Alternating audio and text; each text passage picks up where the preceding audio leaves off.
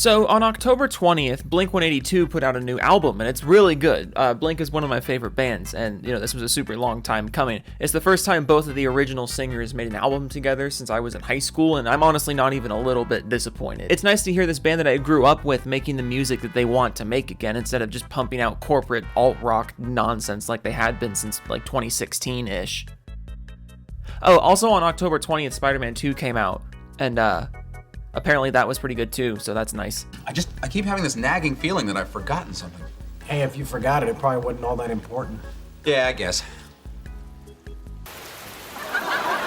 Over the last few days, people on both sides of the console war have been making their voices heard about the latest first-party PS5 game, and a lot of them should have probably kept their voices to themselves, because just like clockwork, the latest first-party game release has brought out the worst of every brain-dead console warrior. And in today's video, we're just going to take a look at some of the weirdest and wackiest Spider-Man 2 takes that I screenshotted over the weekend, or that were sent to me. Also, I want to point something out that I think was funny. So I was screenshotting dumb takes as I saw them over the weekend, right? But when I sat down to make this video, I needed a handful more just to round things out, So what did I do? Did I go to Twitter and search Spider-Man 2 sucks? Or did I just look through the Spider-Man 2 hashtag? No, I went to Twitter and I searched Starfield. Because it's been a month and a half and the PlayStation kids cannot stop talking about it. But we'll get into that. So we'll open this video with some delusional PlayStation fanboy takes about Spider-Man 2, and then we'll transition nicely into the delusional Xbox fanboy takes about Spider-Man 2.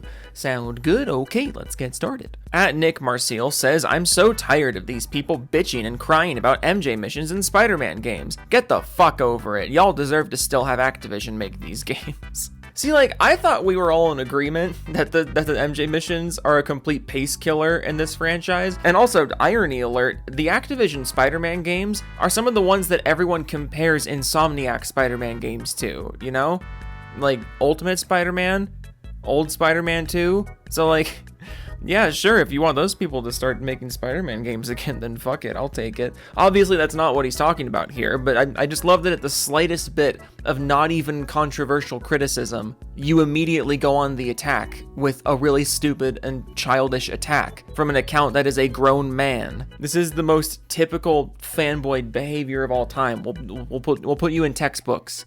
Okay, we'll get federal grants to study you. J-Dub City says, we comparing 2.5 million people who paid $70 for Spider-Man versus 1 million players who downloaded Starfield for free in a subscription service with trials and Chips Ahoy bags of cookies. This one's fun. He made this tweet literal minutes after the news came out that 2.5 million copies of Spider-Man 2 had been sold. 7:31 a.m., baby. Console war never sleeps. But I also have no clue where you're getting Starfield's 1 million players from. Starfield hit 6 million players a day after launch, and while specific sales numbers for launch day are unknown, we know that they were really good with how long the game was sitting at the top of digital sales charts for weeks before launch, and on launch day, and weeks after launch, And I'm not saying definitively it sold more than Spider-Man, but genuinely, where are you getting 1 million for Starfield here? And why was this the first fucking thing you thought about after seeing this news from Sony and Insomniac? You saw the 2.5 million copies sold and immediately started thinking about Starfield. Bro, that's fucking weird. Modern Gaming's Trash says, Spider-Man 2 today has decimated any hope Xbots have left for any accolades their garbage company can produce for any first or third-party game. Starfield is a forgotten turd, blown into the wind against a DLC from Insomniac. Me and Omoit S have been well spoken against these X-clowns and their fake narratives that will never hold ground against the truth. The webheads against delusion, if you will. Laughing, crying, laughing, crying, laughing, crying. Stay salty, my friends. Oh, brother, this guy stinks! At BrandKiller21 says, Spider-Man 2 outsold Starfield, Redfall, and Forza combined in 24 hours. My god. Yeah, you two, why are you thinking about Starfield literally the second you hear about Spider-Man 2 sales numbers? Why is that the first thing you think of? And better question, why do you have the combined launch sales numbers of Starfield, Redfall, and Forza combined just off the top of your head? Why is that just a thing you have stored in there? I don't know if he's correct about these sales numbers, but he sure thinks he's correct about the sales numbers, and whether or not he's correct, that's kind of fucking pathetic. Also, I'm really not sure why anyone is surprised at Spider-Man 2. Like, this is a side note, but like, I don't know why anyone is surprised at Spider-Man 2 putting up the numbers it did. Like, most popular superhero in the world gets a big budget game with a fuckload of marketing. Like, yeah, of course it did $2.5 million at launch.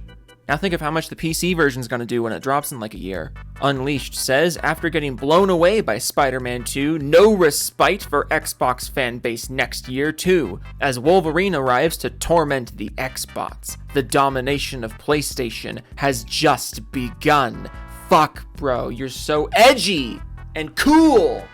No respite for the heretics. Fuck, bro. Why do you care so much about fucking consoles? It's like, it's not enough. It's not enough to have a good game to play. It must absolutely end in the destruction of the Xbox ecosystem. Like, I fucking love this. Why are the PlayStation guys always like, man, Xbox can't compete with PlayStation. They need to compete with PlayStation. And then Xbox competes with PlayStation. And they're like, no, their games are all flops and they're shit. And then a PlayStation game comes out and they're like, decimate the Xbox, do it. Like, guys, I think you're getting too into it. I think you're getting too into it. Like, is this what the fucking kids that hated sports did when they grew up instead of getting into sports? Another one from Unleashed. Spider-Man 2 on PS5 alone will sell more than Starfield, Redfall, Hi-Fi Rush, Forza Motorsport, and Pentiment on PC and Xbox combined. Xbox fanboys are truly afraid of this fact. Fucking, again, like, why does the other console have to be afraid? Like, why is that a thing you need? Why can't you just play the game and have fun with it and talk about the actual game that you brag about? Because you guys talk way too much about everything other than the actual game you brag about. It's really weird. Okay, here's one about the actual game. At Hawaiian Guy 808 says, Spider-Man 2 has even better flight combat than Starfield. Remember what I said at the beginning of the video about just searching Starfield on Twitter and getting stupid shit like this? Like, I want to know how you went from Spider-Man 2 to Starfield flight combat. How did that jump happen? I want to know how you took control of a drone in a Spider-Man game and then allowed your brain to reroute back to Starfield from that.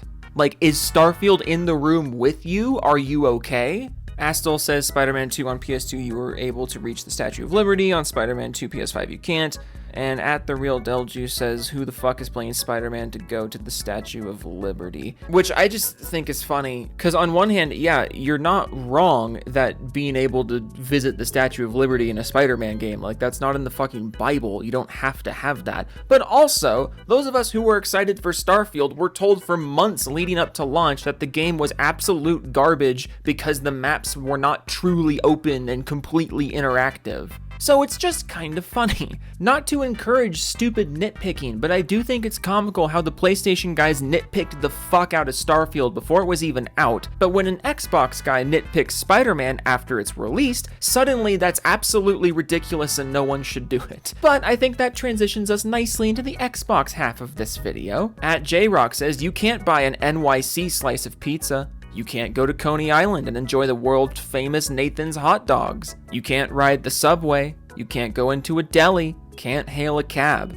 The city, for all intents and purposes, is nothing more than a jungle gym for Spider-Man to swing/fly through. Look, just because the PlayStation guys made themselves look stupid nitpicking Starfield, that doesn't mean the Xbox guys now have the green light to make themselves look stupid in the same way. This is a moment where you should be trying to show that your side is the logical one, you know? This is the chance to make yourselves look more mature, not equally mature. The PlayStation guys made a bunch of stupid criticisms of Starfield's level of exploration by judging it by the standards of a game that it was never going to be. Starfield was never intended to be a true go anywhere, do anything exploration game. It's an RPG.